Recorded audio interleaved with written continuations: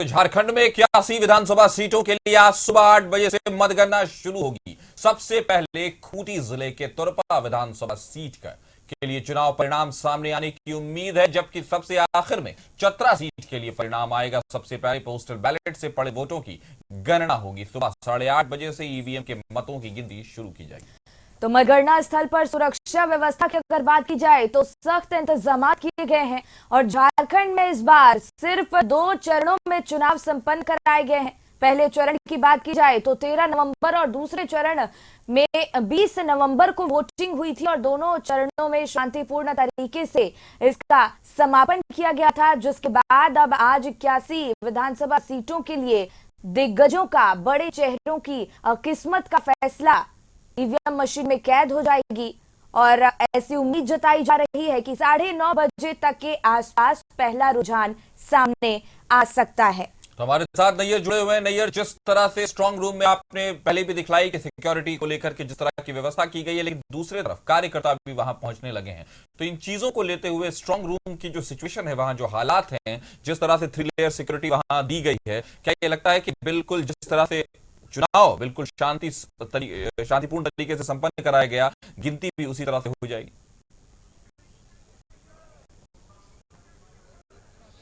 जी बिल्कुल, क्योंकि पहले चरण के बाद से स्ट्रांग रूम की देखरेख की गई थी और बैरिकेडिंग शुरू की गई थी कि जहां गिनती शुरू होनी है वहां से लगभग 20 मीटर की दूरी पर कार्यकर्ताओं को अपना टेंट या बैनर लगाने की इजाजत मिली थी। तो हम कह सकते हैं कि काफी दूर है, 3 लेयर है और हर एक लेयर में लगभग 10 मीटर का गैप है हर लेयर की सुरक्षा में। यानी कि पहली लेयर की सुरक्षा के बाद 10 मीटर में दूसरी लेयर की सुरक्षा है और फिर 10 मीटर के बाद तीसरी लेयर की सुरक्षा है। तो हम कह सकते हैं कि सुरक्षा काफी एक तरह से हम कह सकते हैं अभेद है, यानी कि उस सुरक्षा को कोई तोड़ नहीं सकता। और उसके बाहर भी एक गेट है जहां अंदर से कोई भी अनजान व्यक्ति अंदर नहीं जा सके और सिर्फ आई कार्ड दिखा के वो अंदर जा सकता। हम तस्वीरों में दिखाने की कोशिश करेंगे कि जो अभियान, जो चेकिंग जो अभियान है वो किस तरह कड़ी है। यहाँ तक कि डीएसपी स्तर के अधिकारी और सीओ लेवल के अधिकारी को भी जांच के दायरे से गुजरना पड़ रहा है। वो मेन गेट है और वहाँ मेन गेट से लगभग 10 मीटर की दूरी पर कार्यकर्ताओं का जो टेंट और जो बैनर लेके वो रहना है, वो उन्हें रहने का इजाजत दी गई। तो हम कह सकते हैं कि कार्यकर्ता वहां तक नहीं पहुंच पाएंगे जहां गिनती शुरू होगी, क्योंकि उससे लगभग 25 मीटर पहले सुरक्षा घेरे में पूरी तरह से एक तरह से हम कह सकते हैं कि स्ट्रांग रूम को ले लिया गया सुरक्षा घेरे में। यानी कि कार्यकर्ता भी वहां तक, न सिर्फ कार्यकर्ताओं को यहाँ से मालूम होगी कि कितनी वोट आ रहा है, रुझान किया है। तो हम कह सकते हैं कि सुरक्षा जो है पूरी तरह से अभेद है, एक तरह से सैनिक छावनी में तब्दील कर दिया गया है।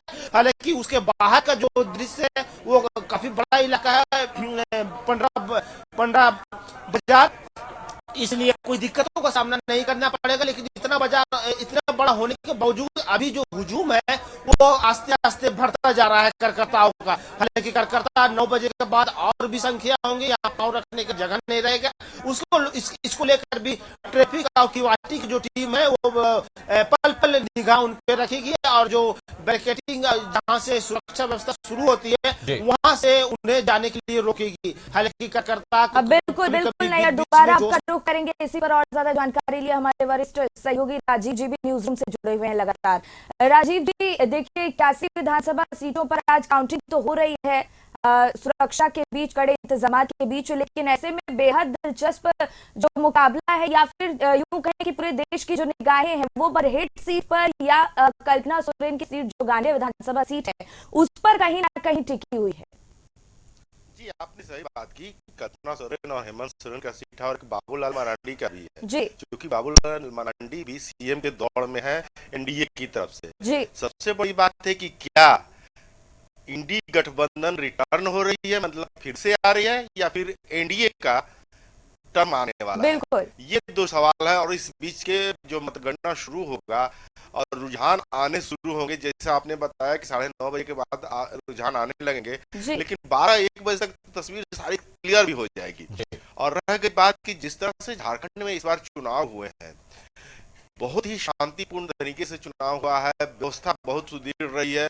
उन सुदूरवर्ती इलाकों में मतदान हुआ है जहां पे कभी आज तक लोगों ने मतदान नहीं किया था। ये पहली बार है कि झारखंड में हेलीकॉप्टर के जरिए चुनाव आयोग ने अपने मतदान कर्मियों को बूथ पर भेजा है, जिस बूथ पर कभी भी मतदान कर्मी नहीं जा पाते थे, जहां मोटरसाइकिल से भी जाना मुश्किल है, वहां हेलीकॉप्टर के जरिए मतदान कर्मियों को भेजना, फिर वहां से उनको लेकर के आना, ये चुनाव आयोग की सफलता है। और इस सफलता में लोकतंत्र का सबसे बड़ा महापर्व जो कहलाता है, विधानसभा चुनाव हो या लोकसभा चुनाव हो, ये काफी मायने रखता है। और उस मायने में इस तरह से 81 उम्मीदवार आज झारखंड की जनता चुनेगी, जो कि अगली सरकार बनाने में और झारखंड के विकास करने में उनका योगदान होगा। तो गांडेय सीट की बात करें तो कल्पना सोरेन काफी मुखर रही हैं, और हाल के दिनों में जिस तरह से कल्पना सोरेन आम लोगों से जुड़ी, उन्होंने बातचीत की, जगह जगह गई, यहाँ की चाय पे चर्चा भी की। कशिश न्यूज ने वो खबर भी दिखाई थी, एक्सक्लूसिव खबर थी, जब कल्पना सोरेन चाय पीने अकस्मात पहुंच जाती है हरमू चौक पर। और राजीव जी, और कहीं ना कहीं जिस संख्या में महिलाएं वहां पहुंची हैं, युवा वहां पहुंचा है, बढ़ चढ़कर उनकी जो जनसभा होती थी उसमें लोग भारी संख्या में पहुंचते थे। जी हाँ, आपने अच्छी बात कही। कल्पना सोरेन ने एक तरह से हेमंत सोरेन का बहुत बड़ा बोझ अपने सिर पे ले रखा है, और जितना हेमंत सोरेन ने मेहनत किया उससे ज्यादा चाहे उससे कम भी कल्पना सोरेन का नहीं है। क्योंकि ये माना जा रहा है कि अगर कहीं से भी हेमंत सोरेन के ऊपर बात नहीं बनती है, या फिर हेमंत सोरेन को जमीन घोटाले में फिर से कुछ ऐसा हो जाता है, तो उस स्थिति में कल्पना सोरेन बागडोर संभालेंगी, और इसी के स्ट्रेटजी के तहत ये तैयारी है। हालांकि एनडीए गठबंधन भी बहुत तरह से सतर्क है, और वो चाहती है कि, वो जानती है कि हमारा लड़ाई जो है बहुत फाइट है, बहुत ज्यादा क्लोज फाइट है, और उसमें हम लोग कितना सफल हो पाते हैं वो लोग आकलन करने में लगे हैं। लेकिन इंडी गठबंधन के लोगों में एक चीज का भ्रम पैदा हो गया है, खास करके कांग्रेस ने कर रखा है अपने उम्मीदवारों को कि आप लोग डटे रहिए जब तक से रिजल्ट का प्रमाण पत्र किसी विधायक को या आपको नहीं मिल जाता है, और उसके बाद सीधे आप रांची का रुख करिए। राजीव, एक तस्वीर अगर हम बात करें सरायकेला सीट की, तो चंपाई सोरेन एक ऐसा नाम है जो अभी कुछ दिनों से, जब से चुनाव हुआ और जब से उन्होंने अपनी पार्टी छोड़ी और भारतीय जनता पार्टी में शामिल हुए, तो सरायकेला की सीट एक तो वो पारंपरिक तौर पे भी एक इंपॉर्टेंट सीट है, जो चंपाई सोरेन बड़ा नाम है, शिबू सोरेन के साथ वो आंदोलन में रहे, लेकिन अब जबकि वो बीजेपी में शामिल हो गए और उसी सरकार के खिलाफ बोलने लगे जिसमें वो मुख्यमंत्री भी रहे, तो क्या ये सीट यानी कि कहीं ना कहीं चंपाई सोरेन भी एक बड़ा चेहरा बन के उभरे? हाँ, चंपाई सोरेन को भाजपा ने बहुत महिमा मंडित किया है, और जिस तरह से कहा जाता है कि कोल्हान के वो टाइगर कहे जाते हैं, और भाजपा कह ले या एनडीए कहे, 2019 के चुनाव में कोल्हान में पूरी तरह से परास्त हो गई थी। रघुवर दास जैसे चेहरा जो कि सिटिंग सीएम थे, वो हार गए थे जमशेदपुर पूर्वी से। सरजू राय इस बार एनडीए के खेमे में आ गए हैं, और वो पूर्वी से ताल ठोक रहे हैं। वहां बन्ना गुप्ता का दाव लगा हुआ है, जो स्वास्थ्य मंत्री है अभी वर्तमान में झारखंड सरकार के, उनकी भविष्य दाव पे है। और रह गई बात की जो चंपाई सोरेन है, उनके बेटा भी चुनाव लड़ रहे हैं, तो ये जो कोल्हान क्षेत्र है, वहां भाजपा की उपस्थिति या कहले कि एनडीए की उपस्थिति अनिवार्य है। अगर कोल्हान में अच्छी स्थिति नहीं बनती है तो एनडीए के लिए बहुत बड़ी परेशानी हो जाएगी, क्योंकि पिछली बार चुनाव में एनडीए को कोल्हान में बहुत ही कम सीट मिला था, ना के बराबर सीट मिला था, लेकिन इस बार उसका टारगेट है कि ज्यादा से ज्यादा सीट लाए। जी, हमारे साथ जुड़े रहेंगे आप, हम आपसे फिर बात करते हैं। गढ़वा में बाजार समिति में होगी मतों की गणना। अगर बात की जाए गढ़वा और भवनाथपुर विधानसभा की, तो मतगणना दोनों विधानसभा के लिए 23 राउंड में हुई है। गणना मतगणना केंद्र पर सुरक्षा के पुख्ता इंतजाम। तो ये जानकारी और ये तस्वीर गढ़वा से आपकी टीवी स्क्रीन पर लगातार आप तक पहुंचा रहे हैं। मतगणना केंद्र पर सुरक्षा के पुख्ता इंतजाम किए गए हैं। गढ़वा से ये बड़ी खबर। इस बीच बाजार समिति में मतों की गणना की जाएगी। विधानसभा चुनाव संपन्न हो गया है। 23 नवंबर को गिनती होनी है। हम वहीं पे खड़े हैं गढ़वा स्थित बाजार समिति में, जहां ब्रिजगिरी बनाया गया है और यहाँ पर काउंटिंग की जाएगी। गढ़वा जिला के 2 विधानसभा 80-81 विधानसभा का यहाँ पर मतगणना की जाएगी।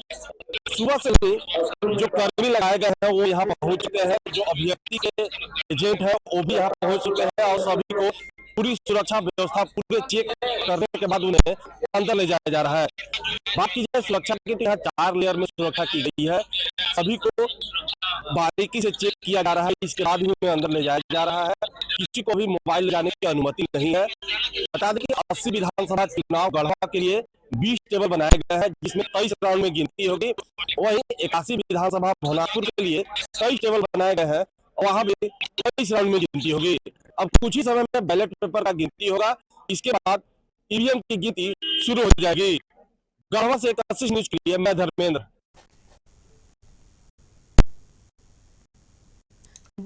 हमारे साथ नैयर जुड़े हुए हैं। नैयर, जिस तरह से तस्वीरें उभर कर आ रही हैं स्ट्रांग रूम की, आपने तस्वीरें भी दिखाई, लेकिन आज बड़ा दिन है और 12 बजे तक लगभग तस्वीर साफ हो जाएगी कि किसकी सरकार बनने वाली है। तो एक सवाल जो उठता है वो ये है कि क्या कार्यकर्ताओं को मिलता है कि जब काउंटिंग शुरू होगी, जब रुझान आने शुरू होंगे, तो तय है कि कार्यकर्ताओं में भी कुछ हो सकता है, उस जोश या ऊर्जा दिखाई दे, तो क्या उनको कंट्रोल करने के लिए पूरी तरह से सुरक्षा के पुख्ता इंतजाम हैं? देखिए, ये आशंका को देखते हुए कल बीजेपी के प्रतिनिधि मंडल निर्वाचन आयोग से मिला था, पारा मिलिट्री फोर्स की मांग की थी। हालांकि निर्वाचन आयोग ने इस बार एप्लीकेशन तो रख लिया, लेकिन उन्हें संतुष्ट किया कि जो सुरक्षा हमने लगाई है उससे वह संतुष्ट आपको होना चाहिए। तो हम कह सकते हैं कि निर्वाचन आयोग के द्वारा जो सुरक्षा लगाई गई है उससे यहाँ के जो कार्यकर्ता और ये है उसके लिए काफी है, क्योंकि उनका निर्वाचन आयोग का कहना है कि 3 लेयर की जो सुरक्षा है उसमें काफी है, क्योंकि जिला बल भी बाहर रहेगी और जिला बल को इसीलिए बाहर तीसरे लेयर में रखा गया है कि वह कोई भी जो कार्यकर्ता हो इस सबसे वो लोग पहचानती है, क्योंकि वो लोकल थाने के वो जो पुलिस है वो रहते हैं जिला बल में, इसलिए उसे दिक्कत नहीं होगी। हालांकि अब देखने वाली बात होगी कासिफ कि अब जब रुझान आना शुरू होगा तो जो कार्यकर्ता जो दोनों दलों के कई दलों के रहेंगे, तो उसमें कहीं ना कहीं थोड़ी बहुत खींचतान होती है,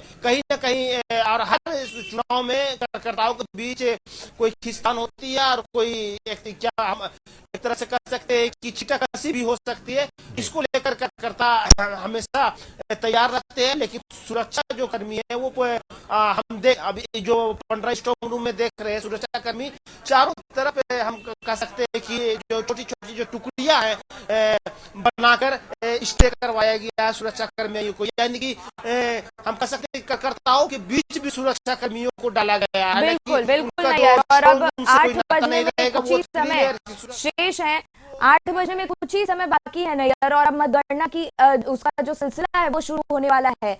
और ऐसे में चुनाव तो संपन्न हो गए 2 चरणों में शांतिपूर्ण तरीके से, लेकिन अब कहीं ना कहीं काउंटिंग की ये जो प्रक्रिया है वो सुरक्षा कर्मियों के लिए एक बड़ी चुनौती है कहीं ना कहीं। जी बिल्कुल, देखिए सुरक्षा कर्मियों के लिए बड़ी चुनौती है, क्योंकि यहाँ जो हुजूम है 15 बाजार प्रांगण में वो काफी ज्यादा है, और आस्ते आस्ते 9 बजे के बाद इस प्रांगण में और भी लोग आना शुरू हो जाएंगे, यानी कि कार्यकर्ता जो भी पार्टी के कार्यकर्ता है वो आना शुरू हो जाएंगे। और एक दृश्य हम दिखाने की कोशिश करेंगे कि आस्ते आस्ते जो लोग हैं वो जुट भी रहे हैं, और जो अंदर जहाँ काउंटिंग होनी है वहाँ अनाउंसमेंट भी शुरू हो गई है, यानी कि कोई जो भी मतगणना कर्मचारी है उनके लिए आ रही है। आप तस्वीरों में देख सकते हैं, हम अपने सहयोगी से कहेंगे आगे की तस्वीर दिखाने की कोशिश करें कि किस तरह स्ट्रांग रूम को अब बंद किया जा रहा है। सभी कर्मचारी अंदर चले गए हैं। अब थोड़ी देर के बाद 8 बजे से जो बैलेट पोस्ट है उसकी गिनती शुरू हो जाएगी, और 8:30 बजे के बाद ईवीएम को खोलकर गिनती शुरू हो जाएगी, और 9:30 बजे रुझान आना शुरू हो जाएगा। तो 9:30 बजे रुझान आने शुरू हो जाएंगे। सुरक्षा के पुख्ता इंतजाम किए गए हैं, और हम जिस तरह से देख रहे हैं 3 लेयर सिक्योरिटी प्रोवाइड की गई है। तय है कि जिस तरह से शांतिपूर्ण तरीके से चुनाव हुआ, राजीव हम आपके पास आना चाहेंगे कि जिस तरह से शांतिपूर्ण तरीके से चुनाव हुआ, क्या आज बिल्कुल एकदम उसी शांतिपूर्ण तरीके से क्या नतीजे आ जाएंगे? क्या नतीजे, क्योंकि आपने जैसा कि खुद हमने पहले भी बातें की कि किस तरह से ऐसे दिग्गजों की साख दांव पर लगी है, तो तय है कि क्या पूरी शांतिपूर्ण तरीके से और पूरे इंतजाम किए गए हैं इलेक्शन कमीशन की तरफ से?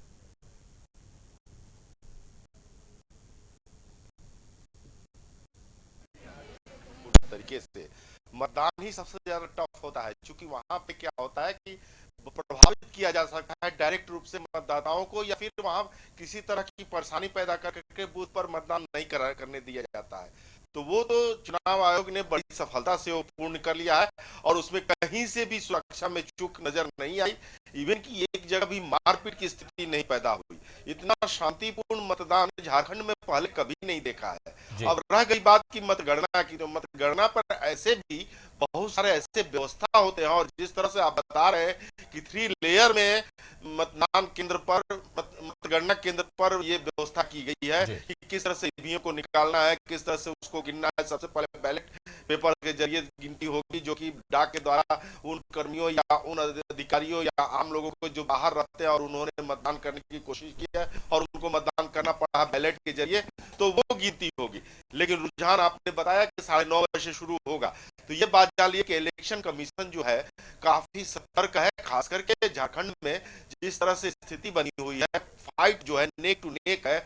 आप देख लीजिए बाबूलाल मरांडी जहां धनवार से चुनाव लड़ रहे हैं, उनके सामने भी भयंकर फाइट था, लेकिन अंतिम समय में भाजपा ने एक कार्ड खेला और निरंजन राय जो बागी उम्मीदवार थे उनको वापस बुलाया खेमे में अपने, और बजाबते अमित शाह ने मंच के जरिए निरंजन राय को भाजपा में शामिल कराया। तो बाबूलाल मरांडी का भी दाव जो मैंने ये था कि उनका भी दाव लगा हुआ है, वो थोड़ा धूल जो है साफ होता नजर आ रहा है।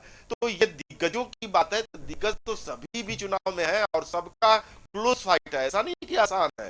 हाँ, हेमंत सोरेन जो है थोड़ा वहां बरहेट में अच्छी स्थिति में है, क्योंकि उनके सामने नया प्रत्याशी है और भाजपा ने नया प्रत्याशी दिया है, लेकिन ऐसा भी नहीं है कि जो प्रत्याशी है वो पूरी तरह से उनके सामने टिकेगा नहीं। बिल्कुल बिल्कुल राजीव जी। कल्पना सोरेन जिस तरह से आम लोगों से जुड़ी है, तो गंडे में उनके सामने, हालांकि ये बात सामने आ रही है कि औरतों का रुझान उनके प्रति जिस तरह से, युवाओं का रुझान उनके प्रति जिस तरह से बढ़ा है, तो वहां एक गांडे सीट हेमंत सोरेन के लिए या जेएमएम के लिए सबसे सुरक्षित मानी जा रही है। और आगे भी यही तय है कि अगर हेमंत सोरेन की किसी कारणवश गठबंधन को लेकर के हो या फिर किसी जमीन घोटाले को लेकर के किनारे लगाए जाते हैं, तो कल्पना सोरेन सीएम बनेगी। बिल्कुल बिल्कुल राजीव जी। और जिस तरीके से आपने बताया, इस वक्त की अगर बात की जाए अभी के समय की, तो झारखंड सरकार जो है उसका नेतृत्व हेमंत सोरेन कर रहे हैं और उनकी पार्टी कांग्रेस में शामिल है। ऐसे में बीजेपी दावा ये कर रही है कि बीजेपी की सरकार बनेगी, और जबकि हेमंत सरकार की तरफ से ये दावे किए जा रहे हैं कि दोबारा उनकी सरकार बनेगी। दावे तो सभी करेंगे, क्यों नहीं करेंगे। चुनाव लड़ रहे हैं दावे के लिए ही ना कि हम सरकार बनाएंगे, चुनाव में हम मजबूती से सामने है। रह गया बात की एनडीए जो खेमा 2019 में बिखरा था, आजसू हो, जदयू हो, या किसी के साथ भी भाजपा ने अपना ये एनडीए से में भाजपा के अलावा कोई भी पार्टी नहीं थी, और सभी सहयोगियों को, सहयोगी पार्टियों को इस बार एनडीए ने एकत्रित किया है, एक छतरी के नीचे लाया है। और उसमें सुदेश महतो हो, चिराग पासवान हो, या नीतीश कुमार के 2 उम्मीदवार सरजू राय और राजा पीटर हो, तो ये कहा जा सकता है कि इस बार एनडीए जो है बहुत मजबूती से लड़ रही है। इंडी गठबंधन में थोड़ी परेशानी आई थी, 3-4 जगह ऐसे थे जहां बागी उम्मीदवारों ने कांग्रेस के टिकट पर या जेएमएम के टिकट पर या फिर राजद के टिकट पर चुनाव लड़ लिए हैं। तो वो 4-5 सीटें तो बहुत ही क्रिटिकल हो गई है इंडी गठबंधन के लिए, और वहां एनडीए मजबूत दिख रही है। लेकिन ये कहना मुश्किल है, नेक टू नेक फाइट है। जिस तरह से लोगों का रुझान, जिन्होंने कहा जाता है कि पहले क्या था कि वक्त आदमी पता चल जाता था कि कौन किसको वोट दे रहा है, लेकिन इस बार बहुत सारे चुनावी पंडित आए झारखंड में, और जिस तरह से लोगों के बीच जाकर के बात करने की कोशिश की, लेकिन काफी लोग सतर्क रहे। और सबसे बड़ी बात है कि इस बार के चुनाव में उन क्षेत्रों में मतदान हुआ है, वोट पड़े हैं जहां कभी एक भी मतदान नहीं हुआ करता था। उन सुदूरवर्ती इलाकों में ये कहा जाता है कि दिन में पुलिस के बुट का या पुलिस के सायरन की आवाज सुनाई देती थी उन क्षेत्रों में, या रात में नक्सलियों की बूट की आवाज सुनाई देती थी और उनका अनाउंसमेंट सुनाई देता था। वहां वोट पड़े हैं। तो ये कहना कि कौन जीतेगा कौन हारेगा, ये समय के गर्भ में है। सभी दावे कर रहे हैं, आपने कहा कि सभी का दावा है, सभी दावा करेंगे ही जब तक से पूरी रिजल्ट नहीं आ जाती है। लेकिन इतना तो तय है कि एनडीए जो है इंडी गठबंधन के साथ नेक टू नेक फाइट में है। जी, तो एक सवाल खड़ा होता है इससे कि जिस तरह से नेक टू नेक फाइट है, तय है कि मुख्यमंत्री के चेहरे को लेकर के दोनों ही गठबंधन में, एक तरफ अगर इंडिया गठबंधन की बात की जाए तो हेमंत सोरेन का जो चेहरा है वो लगभग साफ है कि फिलहाल मुख्यमंत्री वही बनेंगे। लेकिन अगर एनडीए गठबंधन की बात की जाए तो क्या बाबूलाल मरांडी हैं, अमर बाउरी हैं, या जो दूसरे नेता हैं उनके बीच कोई टसल है, उनके बीच वहां कोई प्रतियोगिता देखी जा सकती है, या वहां भी किसी एक चेहरे को चुना जाएगा बहुत आसानी से? क्या कहेंगे राजीव आप? देखिए, बाबूलाल मरांडी अभी स्पष्ट नहीं कर रहे हैं। उनसे हम जब इंटरव्यू मैंने लिया, उनसे बात की कि क्या मैं अगले सीएम, एनडीए के उम्मीदवार के रूप में अगले सीएम से बात कर रहा हूं, तो उन्होंने बहुत ही चतुराई के साथ जवाब दिया कि हम न सीट मांगने गए हैं कभी, न हम कभी किसी तरह का डिमांड रखे हैं। पार्टी जो जवाबदेही देती रही है वो अभी तक मैं पूरा करता रहा हूं। वही एकमात्र नेता है बीजेपी के जो कि झारखंड गठन के बाद सबसे पहले मुख्यमंत्री बने थे और उनको ये गौरव प्राप्त हुआ था। हालांकि वो भी बहुत फूक फूक करके चल रहे हैं, क्योंकि उनके सामने भी बहुत सारी चुनौतियां हैं और एनडीए में कि कौन किस पर भारी पड़ सकता है, कौन खेमे का विधायक ज्यादा जीत करके आता है। जिस तरह से धनवार में निरंजन राय को खड़ा किया गया, रविंद्र राय के बहुत क्लोज है जो कि अभी कार्यकारी अध्यक्ष बनाए गए झारखंड भाजपा के, उनके क्लोज हुआ करते थे निरंजन राय, वो खड़े हो गए, विद्रोह की स्थिति बन। बिल्कुल बिल्कुल राजीव जी, दोबारा आपका रुख करेंगे और नैयर भी लगातार हमारे साथ बने हुए